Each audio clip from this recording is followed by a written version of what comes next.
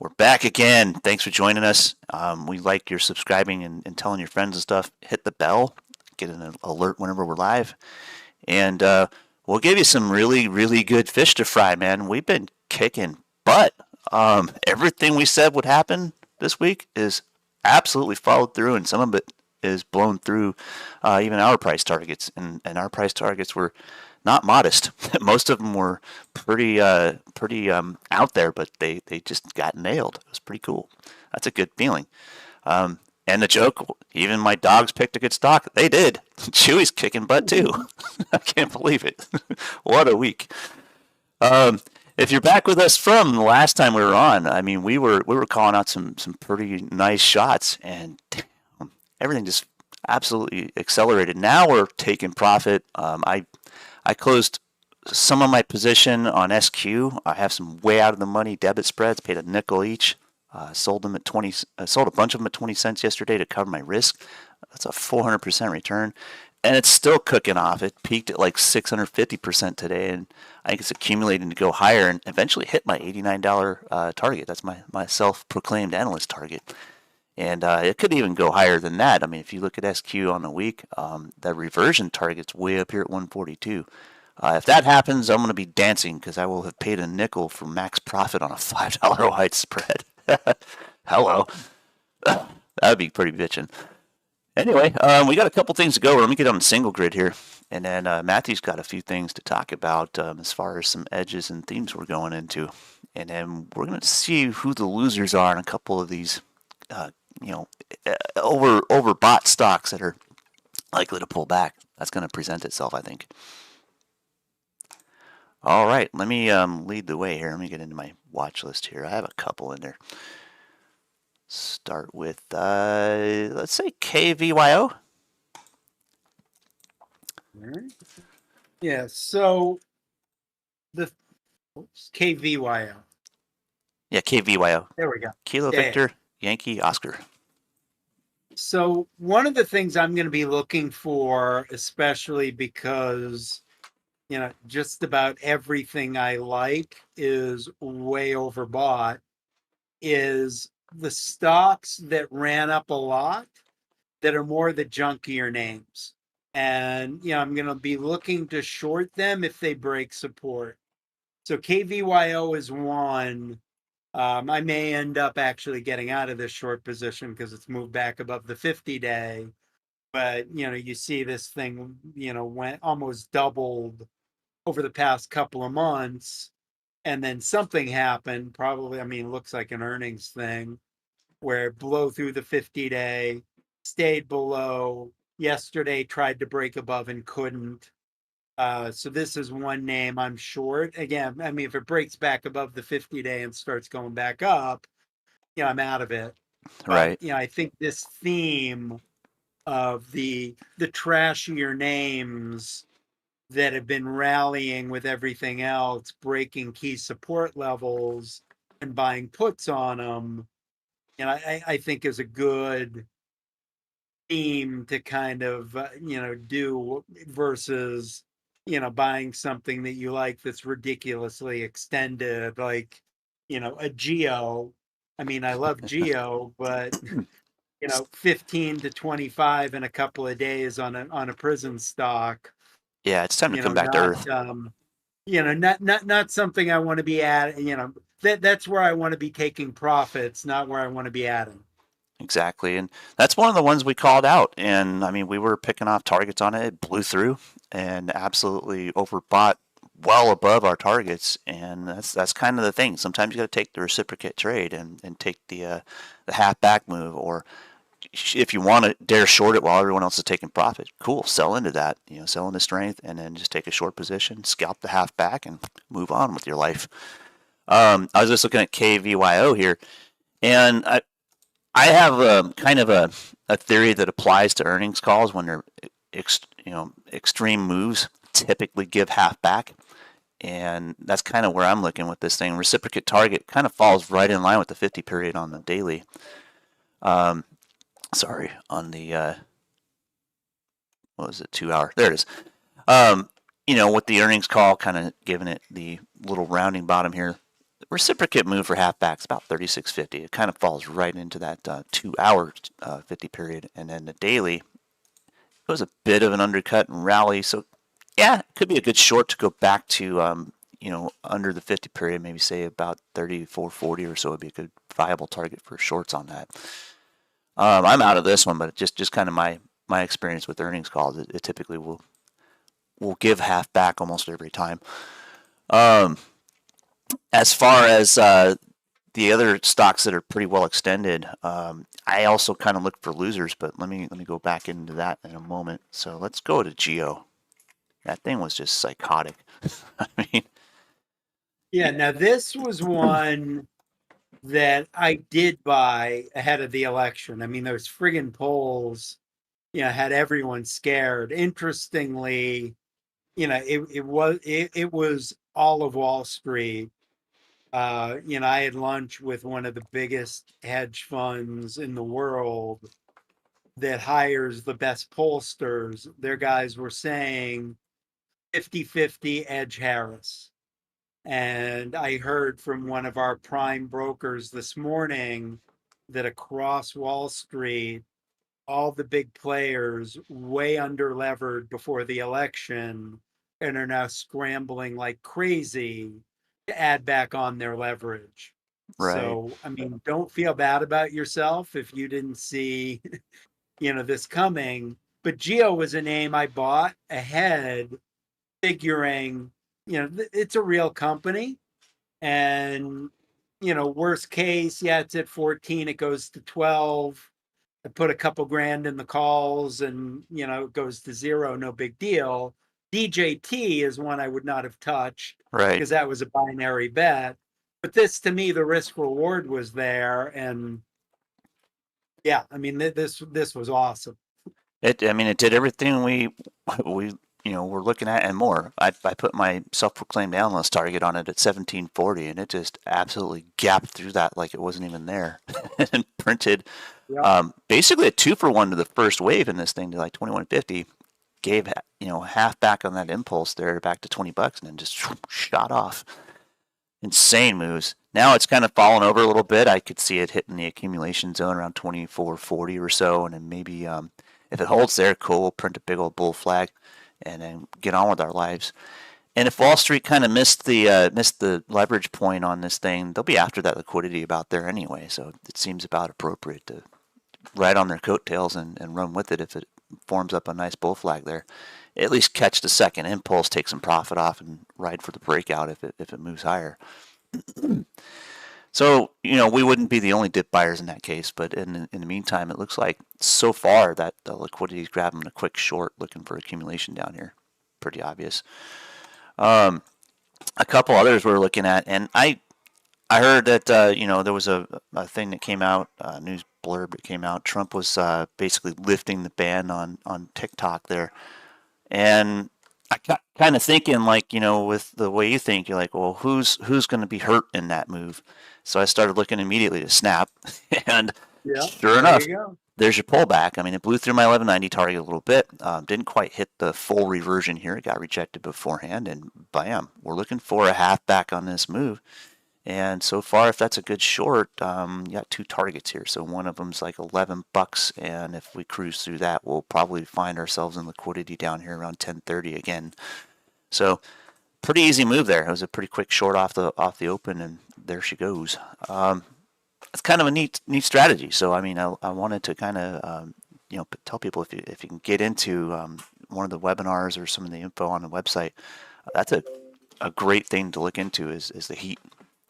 The heat strategy. I mean, I really am starting to take a shine to that, if you would. I like it. And then, awesome. Also, I mean, I wanted to congratulate you here on the air. You guys exceeded $3 billion under management. That is absolutely amazing feat. I'm just sitting in this chair, hanging out with a dude who has over $3 billion in management. I never thought I'd be here, man. This is a humbling moment for me. And sobering, in fact. Thank you very much. That was great. Now we need to figure out what the next micro strategy is. For sure. And we're actually, I almost feel like working together on that is the way to go. Put two heads together and we can kind of synchronize on that. So I'm liking the fact that we got a pretty good idea of being ahead of the nuclear theme. I love that we got into the what if Trump is elected theme, working out great. Pretty much everywhere we go, we find a theme and we work together through it, and we're both doing great with it. Yeah. Pretty awesome feeling. Um, Moving into a couple other things just to go through and review. A couple things kind of we were standoffish on. We were saying, okay, we'll wait for this to work out, and then we'll see what the follow through move is on it later. So those call outs pretty much accumulated where we thought they were. A lot of our bull targets just absolutely got nailed, and then some. And then here we are back into the review on a couple other things. I'll start running down the list of stuff that we were looking at. So ZIM was one of the ones we were waiting for accumulation on. That's just basically the shipper. It is still above that half block here, and it is still looking to shoot for that $26 target pretty quick here. But if it runs out of gas at that point, look for possibly a good short opportunity back here, like 1850. Yeah, I've made a lot of money on Zim in the past, but Yeah, for me, looking at this chart, just way too noisy. it is noisy as hell. And I was just talking to some of my members this morning how a lot of the times we're short-term focused to the point where everyone else is sitting out of the market. The algos are pretty much running a price action on the indexes, and the more they influence it, the easier it is for us to find scalp trades. And we were absolutely killing it this morning, scalping futures and just plotting those range targets A to B and back. It was just glorious. So when I see a chart like that, I know that yeah, it's going to be like stand off and wait. But the more this chop kind of persists, the more likely it is to follow through with the move, and the algos eventually push it. So I'll wait for a better setup, but I think so far we're looking for a quick push, probably to about 26 bucks. If it rejects there again, easy short. So when it's chopping like this, it gives you all the reciprocate moves, and you can see generally where all the candles stop, even in that chop, right here and right here. And then that's the halfway point, and then back down here is possible for an extension. Obvious. So even though it's choppy, we eventually will find a decent setup with this thing again. And yeah, I'm with you. I've made all kinds of money trading Zim too. That rotation from the sector rotation on was just gravy, easy stock to trade. So give it some time. We'll follow through with this chop, and eventually we'll get a nice breakout range, I'm sure. And then just treat it like a range. That's when it's chopping like this. All ranges eventually break, and when they do, be right there to be the guy to ride that coattail to whatever your target may be, long or short. TLN was another freaking home run, and then some. I put my self-analyst target on it at 190.50-ish, and it nailed that with that candle, stacked up a half-measured move block above it. So I went through and followed through, printed another block on this thing. 212.70 was the target. Here we are, doing it again, guys. Damn, we're good. Where is this guy going to go next? Is this going to possibly be a profit-taking parabolic move and then maybe get some capitalization out of this? It looks like all the nuclears are cooling off a little bit. There was just another article out this morning in Barron's about Biden trying to put something into like triple nuclear capacity, but it's by 2050. Yeah. So I think, and what are they doing? Yeah, it's interesting. If you look at the nat gas names, which we've talked about, EQT Yep. and Antero AR, those things have run a lot. And I think that's people realizing, yeah, nuclear is awesome, but it's not going to be here tomorrow. No. What are we going to use now? Oh crap, maybe it's going to be nat gas. And nat gas is definitely easier access. I mean, nuclear, it takes years to build those power plants, Right. even the small ones.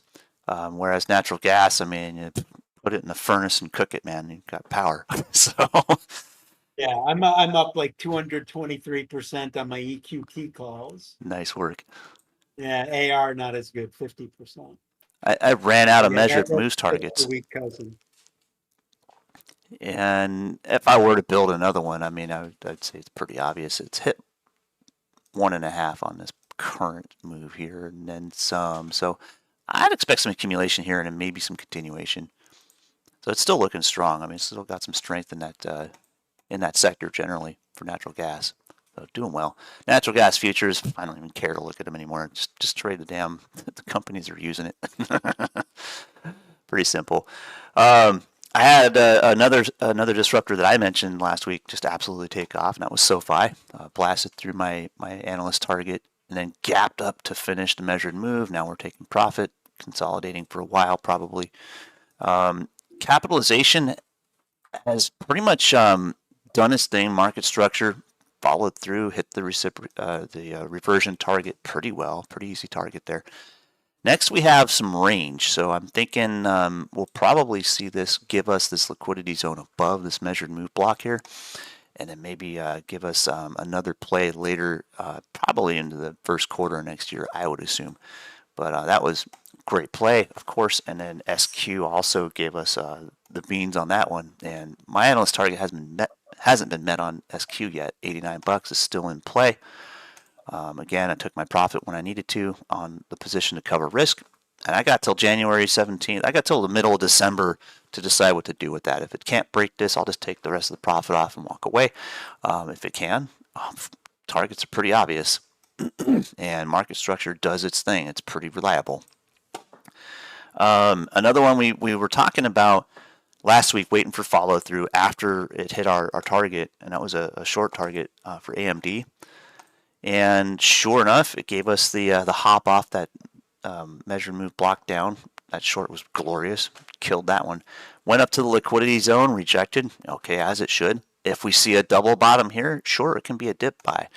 The consensus was, oh, this is a V bottom. No, it's not a V bottom. Come on, that's just a half back, guys. Get over yourselves.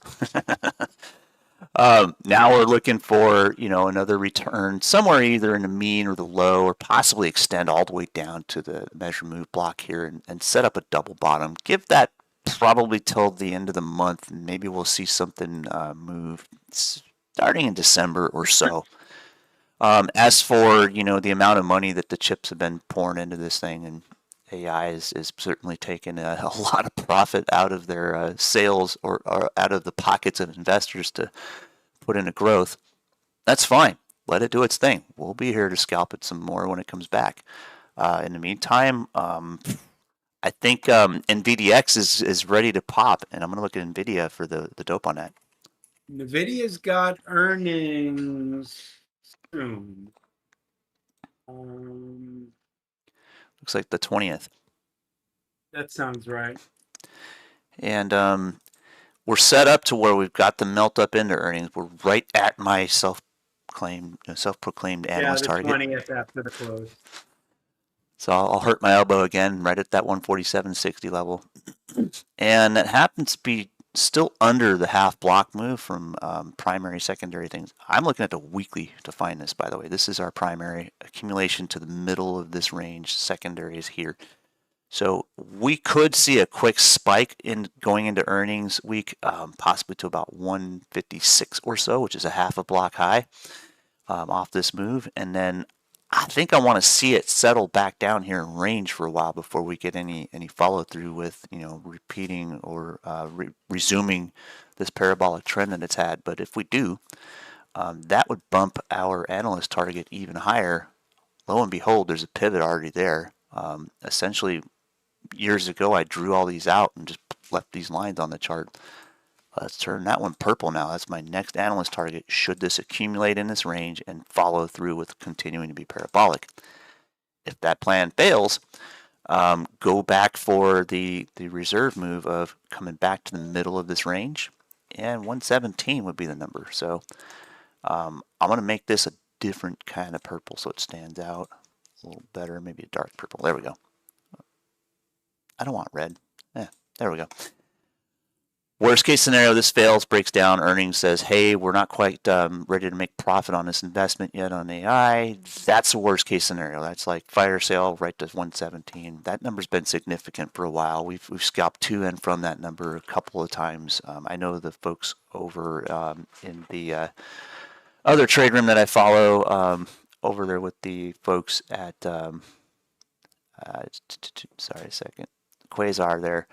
we get into some trades together too, and we made some scalps to that 117 mark a couple of times, and then 102 was another pivot that was key. If those areas get approached again, I think I can see some opportunity for some longs, because this accumulation is just that. It's a range trade until it breaks range, and all ranges do break. So we'll just stick around and be with it. Dogs made a good trade. Chewy, man. I still can't get over that. They started barking in the middle of our broadcast, and you jokingly say, should we look at Chewy? Dude, what a call. Yeah. I mean, seriously, that was just awesome. Sometimes you get signs. Right? And, you know, the universe has a way of presenting that to you. And I love my dogs, and I love Chewy, and there it is. Nice play. I could say my dogs picked a good stock. That's how good we are, guys. Just saying. If you've been around, you know our accuracy is not a lie. We're literally holding that 94% accuracy on our call-outs, and even my dogs make a good one every now and then. Can't get over that. That's awesome. Not going to deny them the glory for that. I went out and got some extra treats for that. So that was pretty awesome.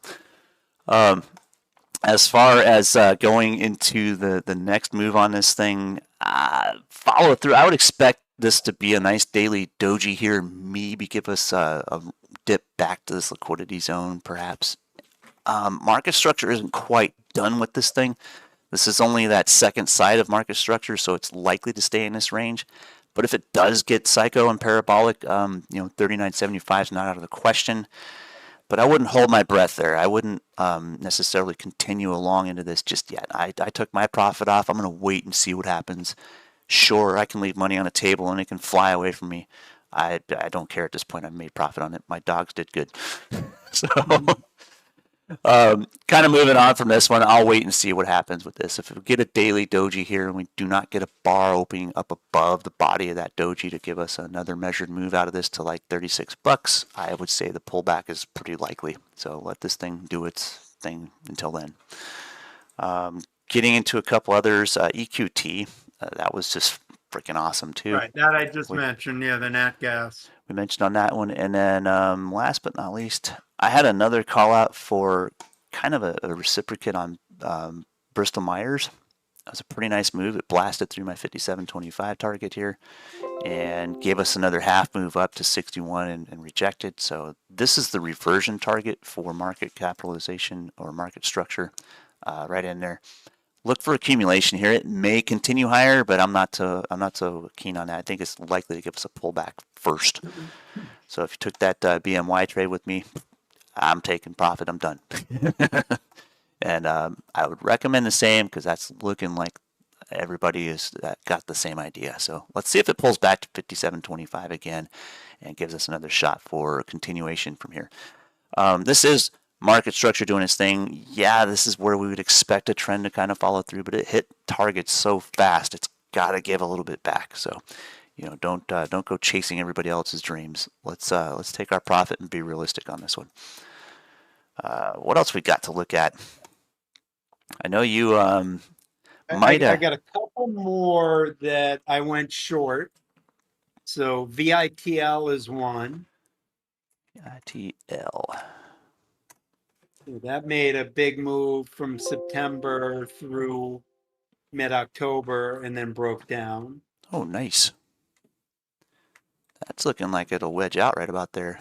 I see the angular, pretty obvious. And then that's a descending wedge, though. I wonder if that's going to give us even more short. Hope so. Yeah, we could see that at 25 and a quarter.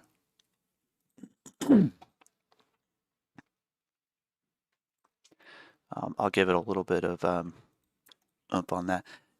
A full move would take us there, and then if it holds this angular, though, maybe look to take some profit off at about 26.75 or so on the weekly chart here with that wedge. So yeah, it kind of lines up.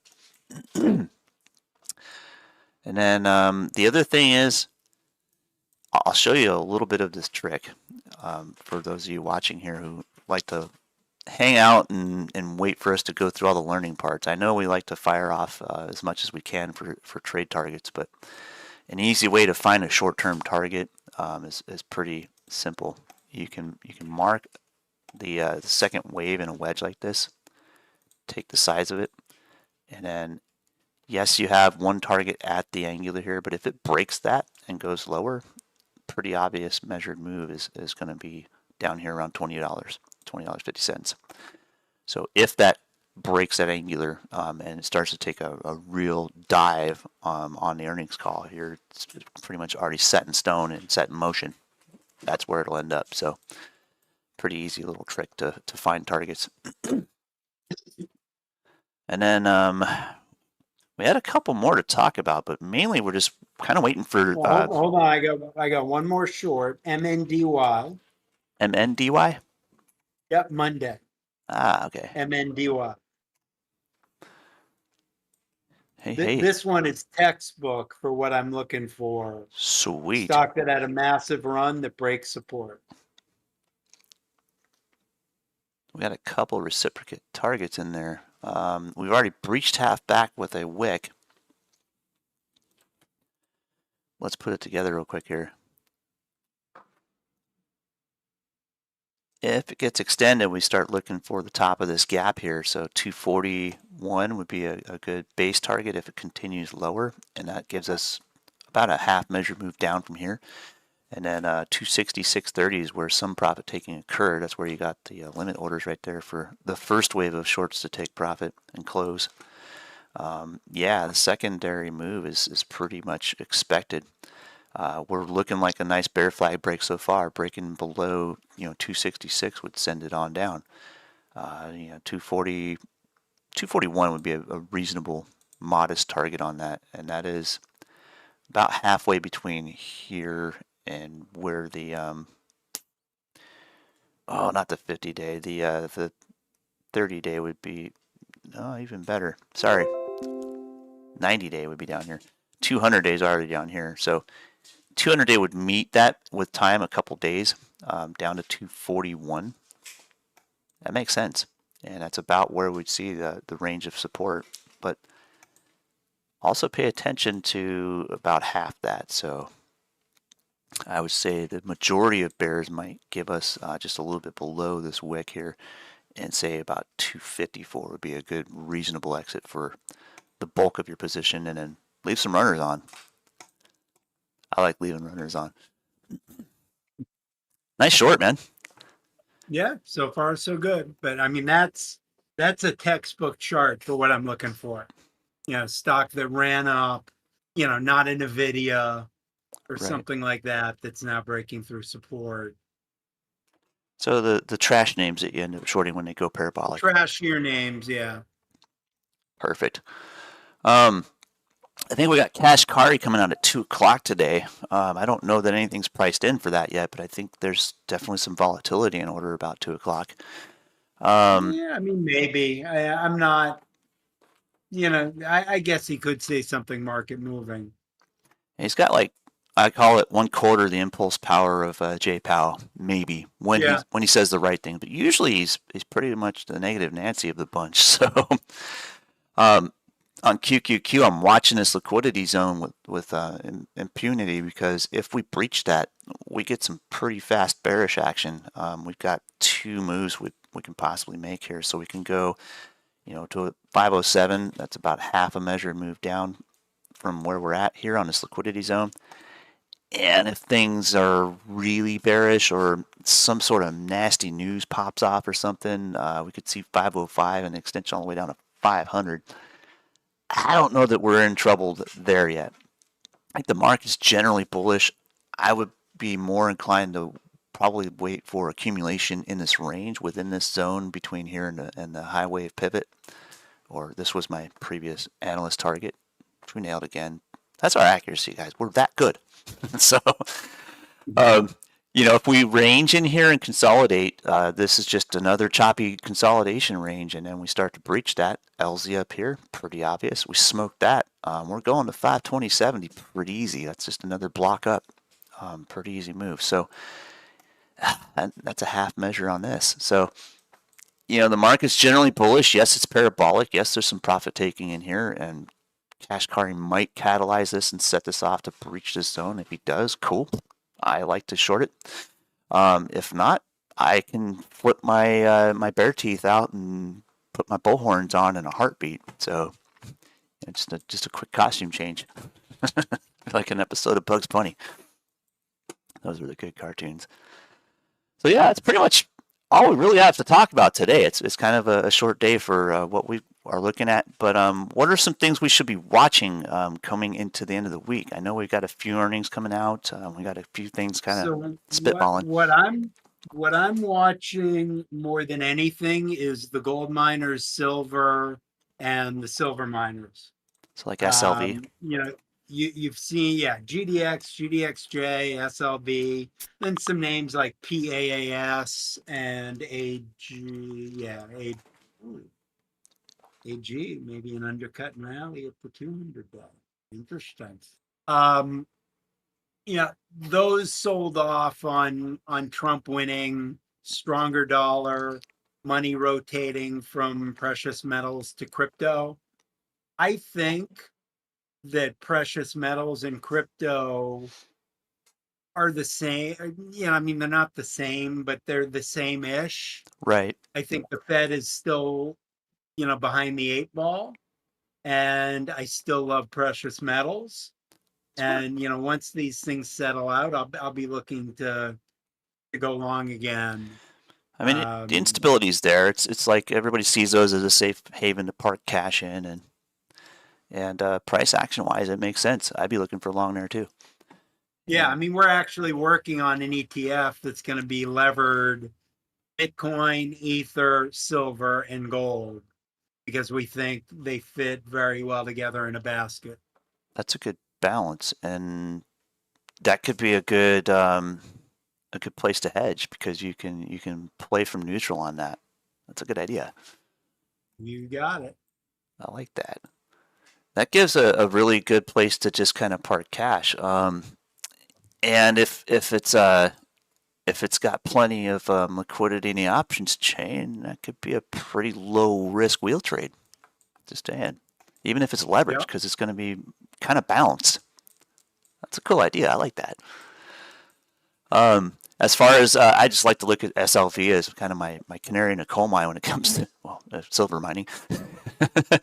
Right on the line. This is an old liquidity zone that we're playing with right here for support. So around 27.50 would be a good area to watch for a possible long, at least to a half back of like 29.50. Be a pretty good couple dollar trade. And the options chain on this thing is good enough to make some decent debit spreads out of this, or even just go with outright positions on that. I'll be watching about that point.